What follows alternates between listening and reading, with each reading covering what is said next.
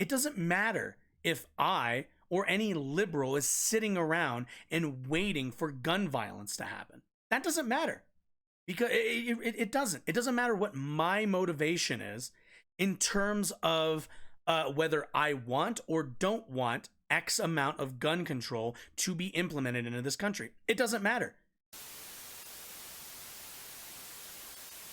The other side of this is right-wing media and the way that they frame a lot of this. Now, obviously, right-wing media is, especially if we're talking Fox News, as we're going to see, is also rather monetarily interested in the proliferation of their, political parties' power grabbing, right? Fox News, Fox News being the voice of the Republican Party, basically, is going to toe the party line and reinforce and advocate for the party consensus on any issue.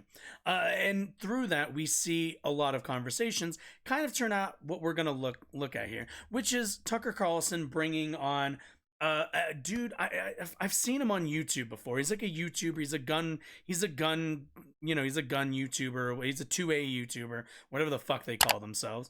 And they have a little conversation. So I kind of want to see, because they always kind of frame it in the same, they're coming to take the guns. They'll use any instance of gun violence to take away our guns. Like, yeah, when there's murders, when the first guy murdered somebody, when the first murder happened, we were thinking in our head, oh, this thing happened that we don't want to happen again.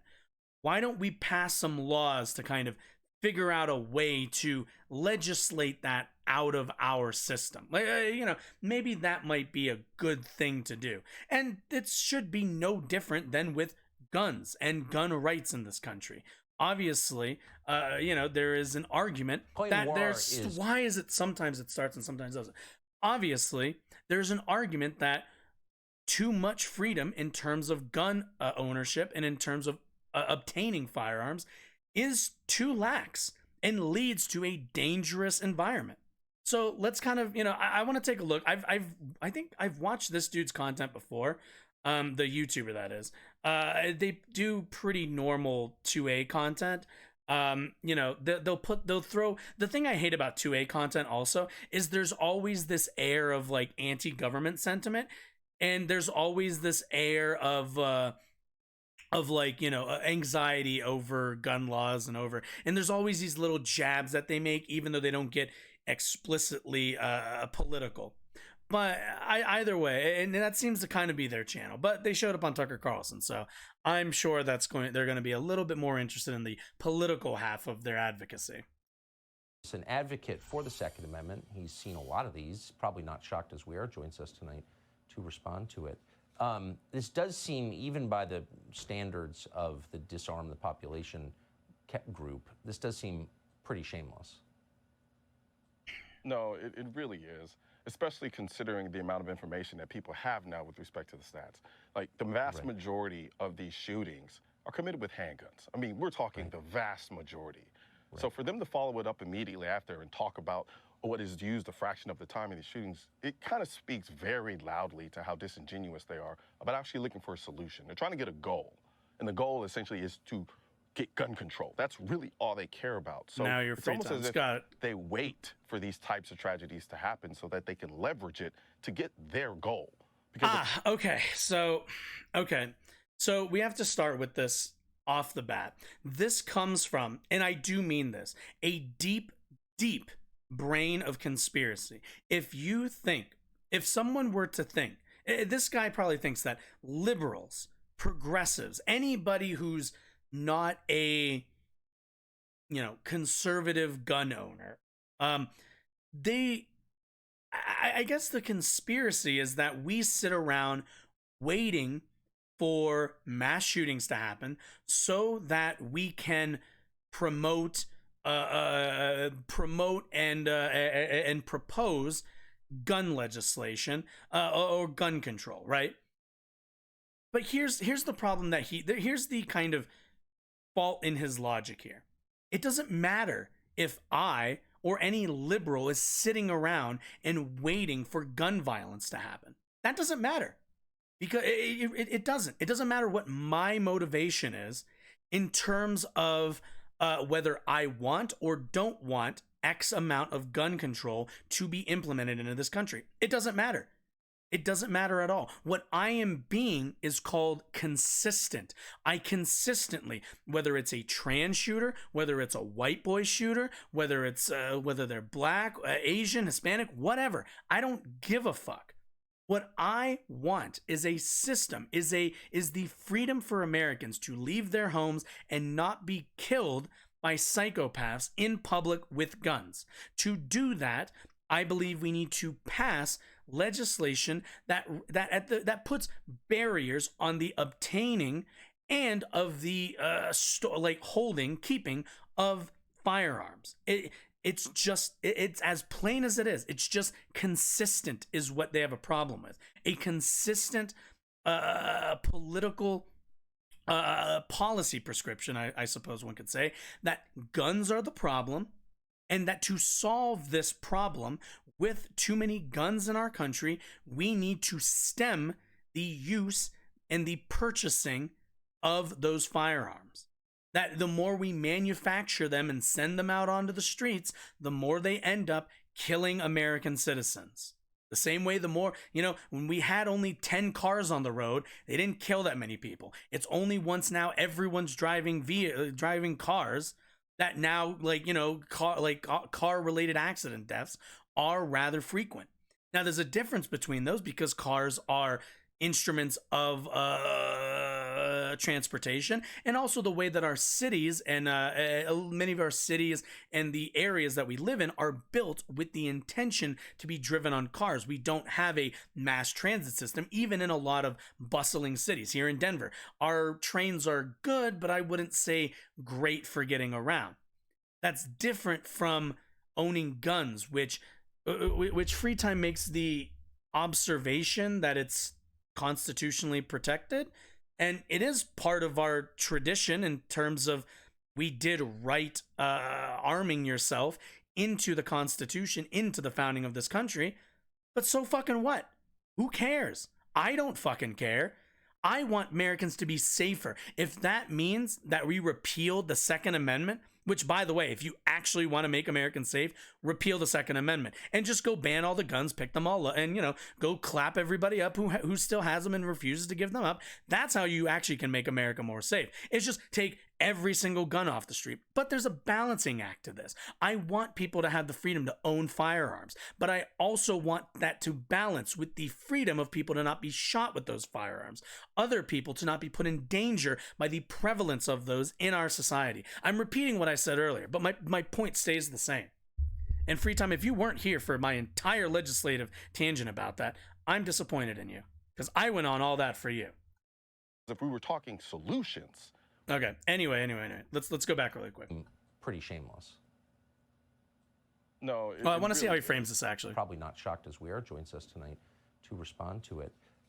This does seem, even by the standards of the Disarm the Population group, this does seem Fun fact, shameless. Disarming the population would make it safer. No, that is true. Especially less guns the amount would of information probably mean less gun deaths. With respect to the stats, like the vast majority of these shootings are committed with handguns. I mean, we're talking the vast majority.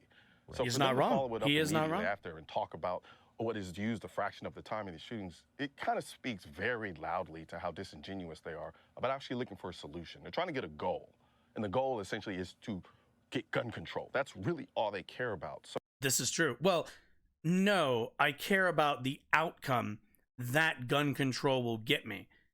But what's really weird, what I find really weird with these guys is they think the goal is some kind of bureaucratic interest in controlling firearms. That's not the interest from liberals or even progressives.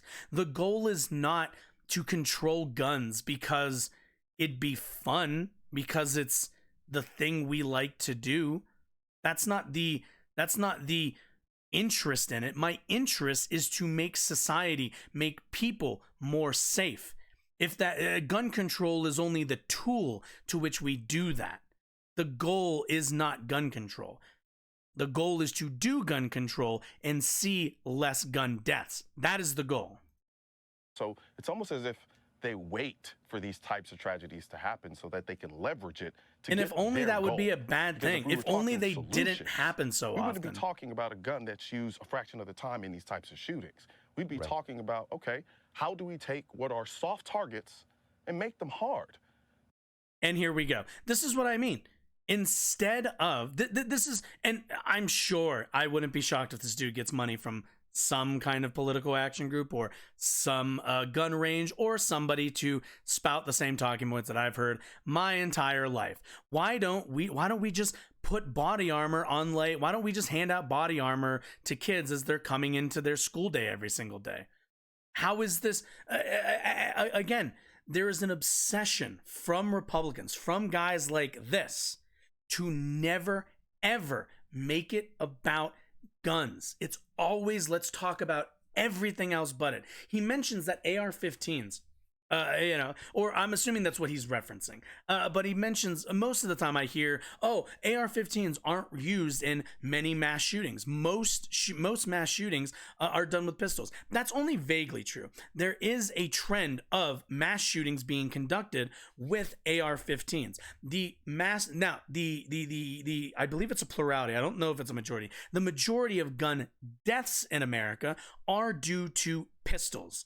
Mass shootings are unique in that usually shooters go in with AR-15s, with semi-automatic rifles, because they're looking to do a maximal amount of damage. Anybody who wants to commit suicide is just going to go to the gun store, get something that they think looks nice, and blow their brains out. Like, that's pretty obvious. That's rather straightforward. And for that, I do think that we should have, again, some red flag laws. So if somebody, is suspected to be of harm to themselves or to others, then they shouldn't be allowed to purchase that firearm. Or I think the police should absolutely be within their rights to go and confiscate that one. I got no problem with that.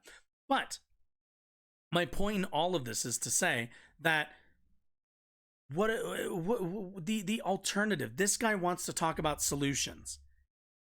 My first question becomes, AR-15s are usually used, is what we see get used, more frequently in mass shootings, which means there might be a connection between how people utilize the tool of an AR-15.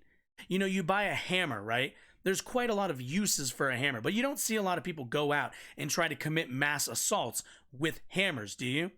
Which tells us that, yeah, the hammer isn't really used for that. But what is an AR-15 used for? Can somebody tell me what an free time? I haven't read this long paragraph of yours. I will after this, after I'm done ranting. But I need to know, what's the utility use of an AR-15? Because as far as I'm aware, there really ain't one. There's not much of an argument for AR-15s being widely available to private citizens. There just simply isn't. There's no scenario where you're going to need an AR-15 in a moment when you might already have a pistol. It's going to be used against mobs.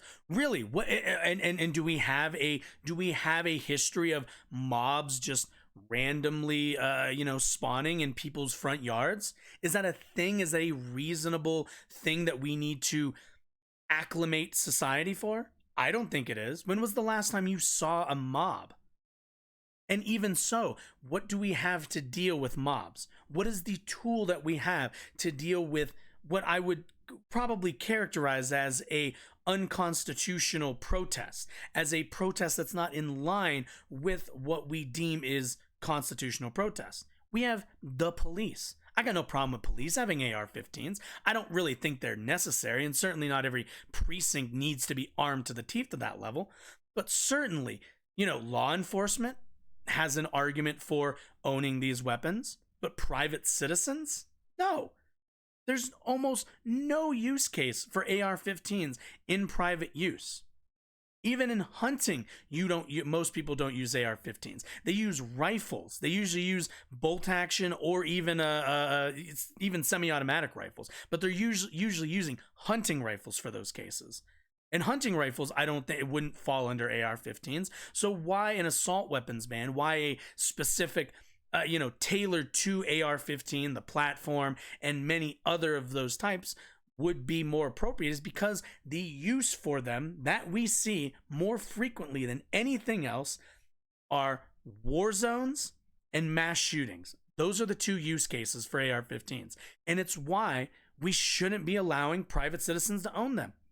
And look, I'm taking a hit on this one. I think AR-15s are cool. I like firearms. Let's be very clear. I'm not against firearms. But at the end of the day, we are looking at something that has no place in society, no use case outside of killing people. There just isn't. I know that they're not. There's a reason why I said AR-15 platform. I know that the assault weapons ban is a broad term. Certainly, unfortunately, this is the case with idiot liberals who don't know anything about guns. They don't know how to write legislation around them. It also is the case that there are manufacturers. So when they passed the assault weapons ban, do you know what the manufacturers did? They created SBRs, which is to say short barrel rifles, which technically are pistol caliber, meaning that they wouldn't fall under the category of what's the word I'm looking for? Of assault weapon, because assault weapons were, I believe, deemed of built a certain type of way. There were certain components, and manufacturers found a way to skirt around those components and create the exact same firearm, just under the proper regulations that we wrote. I understand that writing the laws would be very difficult and actually would require quite a bit of regulation on gun manufacturers to ensure that they don't manufacture bullshit to skirt around the regulations that we would be writing into any kind of weapons ban. Obviously, clearly. But yes, I'm well aware of that. You're not talking to somebody who's unaware and stupid about guns. I understand guns. It's why I advocated for cartridge and caliber restrictions. Because at the end of the day, I think people know private citizen also needs anything above 45 ACP unless they're going hunting, in which case fill out a permit and then you can buy that stuff. There's no reason you should need to. You need anything above 45 ACP as a private citizen, though. Right. Let me read your long paragraph, and they're getting back to the thing. But I value civil libertarian values a lot when it comes to adults. Like same apply to I want to legalize drugs. I could understand some arguments about gun control, but blanket category bans, red flag laws, etc. I just can't get behind. Maybe I'm naive, but in general, I don't think government having more control over what people can own ends up better. Well, it's not about government control. This isn't a control thing. This is this isn't a government control issue. This isn't what you're thinking when you say government control. I feel like in your mind, you're thinking, what's the, like Patriot Act type stuff, right? Like the overreach, the way the government spies on everybody, the resources that they have to do so. That's not what I'm asking for. I'm asking for us as a society to erect barriers to what is acceptable in terms of gun ownership. But the only way we do that is through legislation. I don't want cops going around taking people's guns. I've never advocated for bans or mandatory gun buyback programs. I do think we should have them as an option for people. But going forward, we need to find a way to make people more safe and allow them to still have the right to arm themselves. I got no problem with the right to arm yourself, but it does come at a cost. Every freedom comes at a cost. And I think that we have passed the point, for me personally, and I think most Americans have gotten to the point where the cost to our lax gun access, the cost is too high. It's just too high. At this point, it's outweighed what we benefit from in terms of the ability to own firearms. It's not worth it anymore. It's just not. There's a guy in Wisconsin who built a firing range in his backyard. He shoots his AR-15 and all the other 30 fucking guns that he has. I'm happy for that guy. I'm glad that he's able to enjoy shooting all those guns, building that firing range in his backyard, all the rest. But unfortunately, it has come at the cost that kids in 2023, the the number one killer of them are firearms. There's just no getting around this. I'm sorry, but it's not worth that guy's personal firing range that we have all of these kids dying in schools because guns are too available to our citizens. It's not worth the trade. You know, and either way, that guy in Wisconsin I mentioned, he's not going to get his guns taken away. He's not going to be able to buy new ones, but he gets to keep what he has now.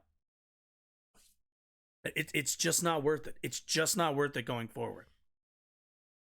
We're, like, it's not even mentioned. And then when it's brought up, they say things. All right, let me go back. And make them hard.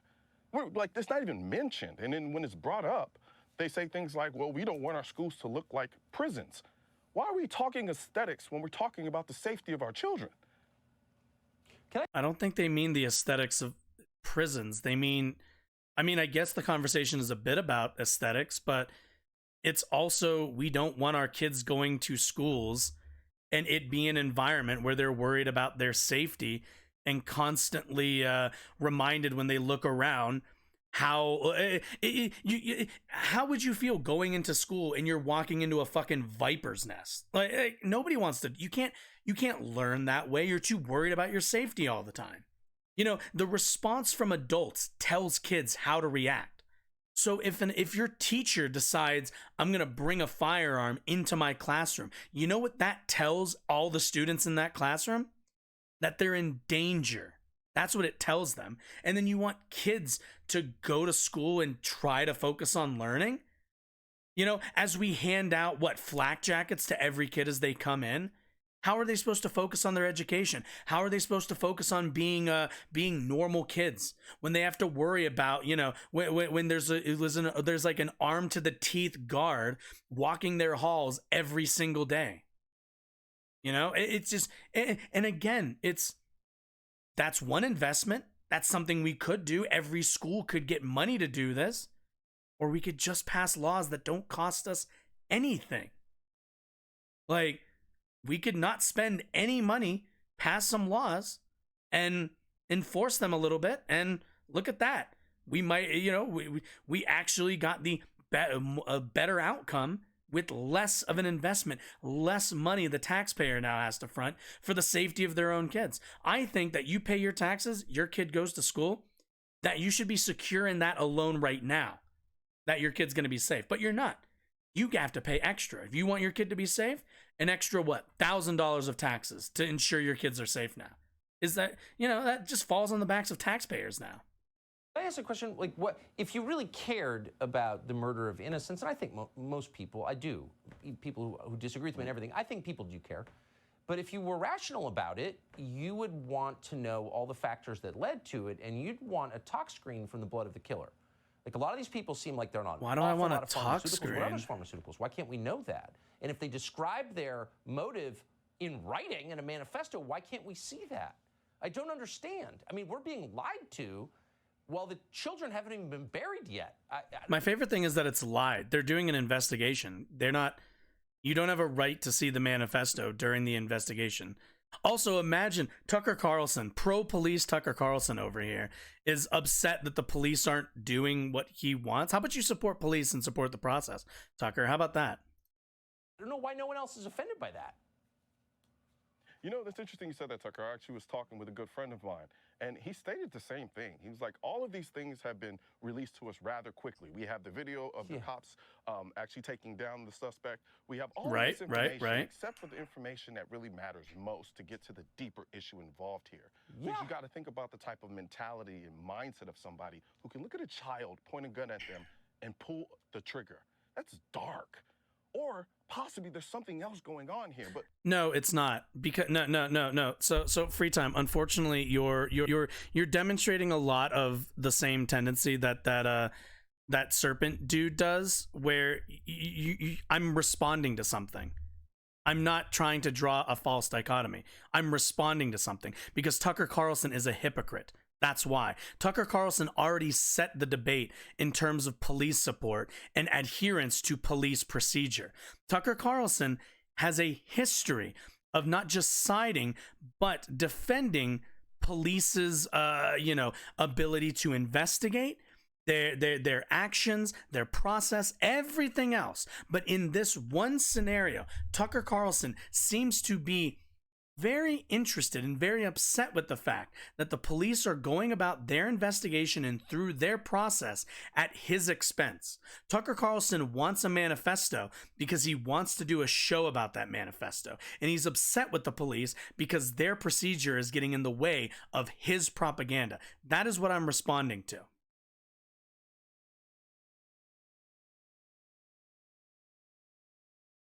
We don't know. We can't get any insight because, as you pointed out succinctly, we don't have that information and they don't want to give it to us. How about you wait? But they never want to explain why anything happens. Why did 9/11 happen? I still don't know. I honestly don't. I mean that. They hate our freedoms. Okay, but really? Was there more to it than that? Why did Russia invade Ukraine? It seemed like there's quite a bit you can find out about why 9/11 happened. None of it had to do with Iraq, but there's plenty you can learn about that.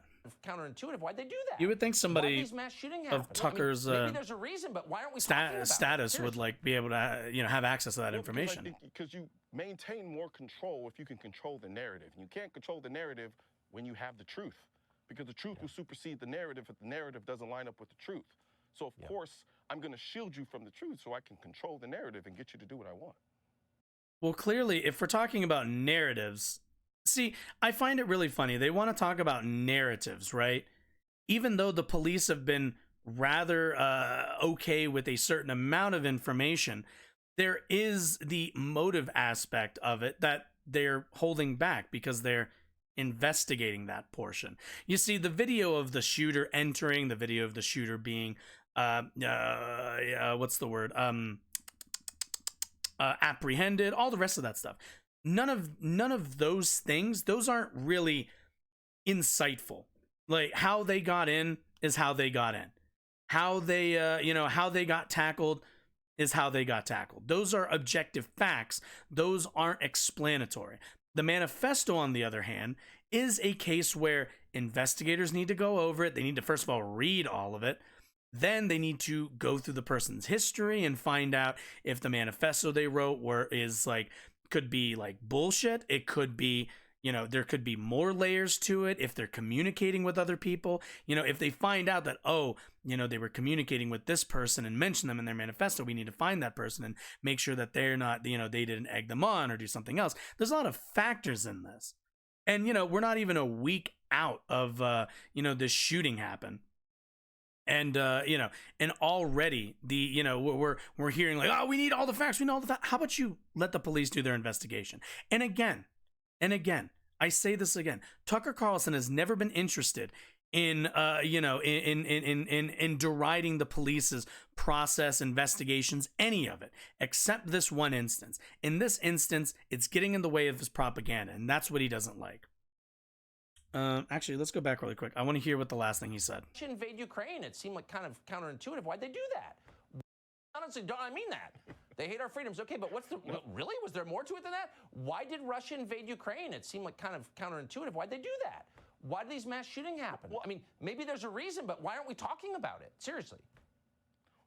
Well, because I think you maintain more control if you can control the narrative. You can't control the narrative when you have the truth, because the truth will supersede the narrative if the narrative... It's also really funny. These guys talk about truth, and then, they get truth, and they say that it's, Trump gets indicted, and suddenly it's, Soros backed this, Soros backed that.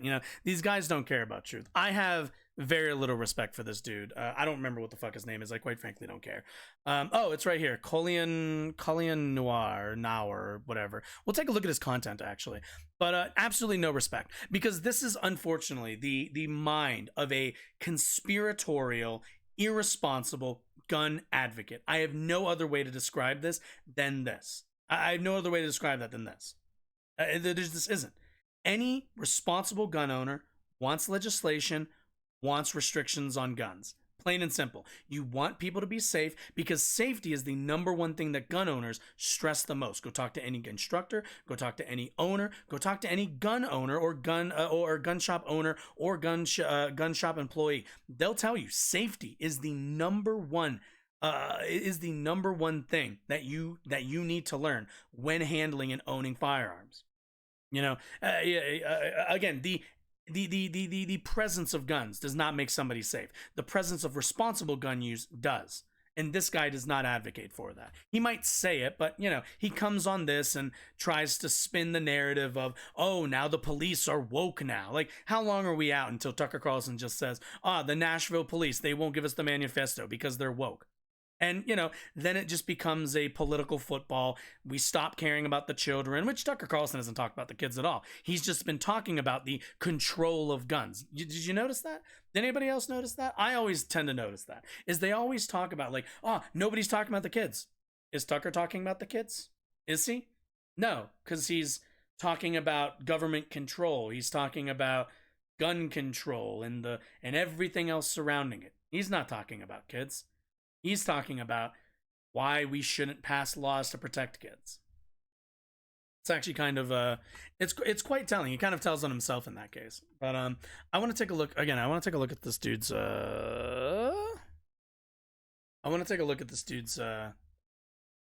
content. Stop it. Let's take a look. Biden keeps saying, I don't care. He's naming guns instead of the people. Oh, yeah. Also, okay. Is there a... We need Republicans in Congress to show some courage. This is what they owe these parents. Oh, that's his logo. I thought that was the Glock logo. Family members. Anti-Derek Chauvin, pro-police, anti-red flag, Wrangler, Jogo, pro-police. So, free time, that's really nice. But, again, I was criticizing Tucker Carlson's hypocrisy. Again, I'm not like you know who's pro Derek Chauvin? Tucker Carlson. You know who's who's pro drug war? Tucker Carlson. You know who's might be anti civil asset forfeiture? Maybe Tucker Carlson, but I'm honestly not sure. I've never heard him talk about it. Red flag laws and anti red flag laws. Tucker Carlson. Pro police, supposedly Tucker Carlson, but again, only when police are acting in accordance with his conservative values. That's my claim. Who are losing their loved ones, they need to show courage. We need to call this out. By the ideology they promote, it's really of a moral lecture from that person hours after these children are murdered. By the ideology they promote, it's almost beyond description. Clay Noir is an advocate for the Second Amendment. He's seen a lot of these, probably. Okay, this is the exact same video, but I'm very loudly. Consider, is this a bit? No, the name of the video is just Biden keeps blaming. Well, the children haven't even been buried yet. Is this different, or is this literally the exact same segment? Invade Ukraine. It seemed like kind of. To get you to do what I want. Okay, so the name of this video is Biden keeps blaming the guns instead of the people using the guns. So I want to make this really, really clear to everybody. Blaming a single individual for a single act of gun violence is under the purview of the court system in that locality. Understand that the way that we deal with the shooter in Nashville, although I believe they're dead now, so we're not going to deal with that. But the way that we would deal with that shooter in Nashville is we would put them on trial, we would present evidence, and we would probably convict them of X, Y, and Z crime. They would go away for probably life, and that would be the end of it. That is how we solve that specific case. And that is the approach that we take every single day when there is gun violence. Every single day we blame the person, we convict them of their crimes, we put them away, or whatever it is we end up doing to them, right?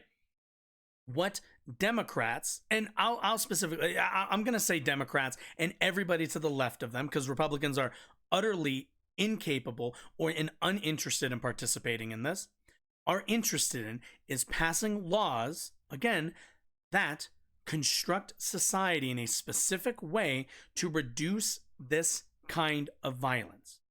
You can say that, oh, well, guns don't kill people, people kill people. Well, guess what? We already have laws to regulate people's activity. They're called Homicide 1, Homicide 2. Manslaughter 1, manslaughter. We already have all of those. What we don't have is a version of that to compound the exponentially larger problem in the United States versus everywhere else of gun violence. That's the whole point. Like I don't know what this is. Like, blame people. Well, what does me blaming some Nashville shooter have anything to do with the next shooter that we're going to see in a couple of weeks? It's not going to, they're not going to impact each other. The only way you solve this is through legislation, is through constructing systems and structures to address this current issue. There's anything else, anything short of that is, I don't know, I could say cowardice. Most likely it's financial interest, quite frankly. Again, both these guys, Tucker Carlson backing up the Republican Party talking points, and this guy, YouTuber, who, briefly glance at his content there, pretty high, high production value, which tells me he's getting money from somebody to make this kind of content, which tells me he's got a bit of a financial interest in seeing the in the gridlock that is our gun control debate in this country. Anyway,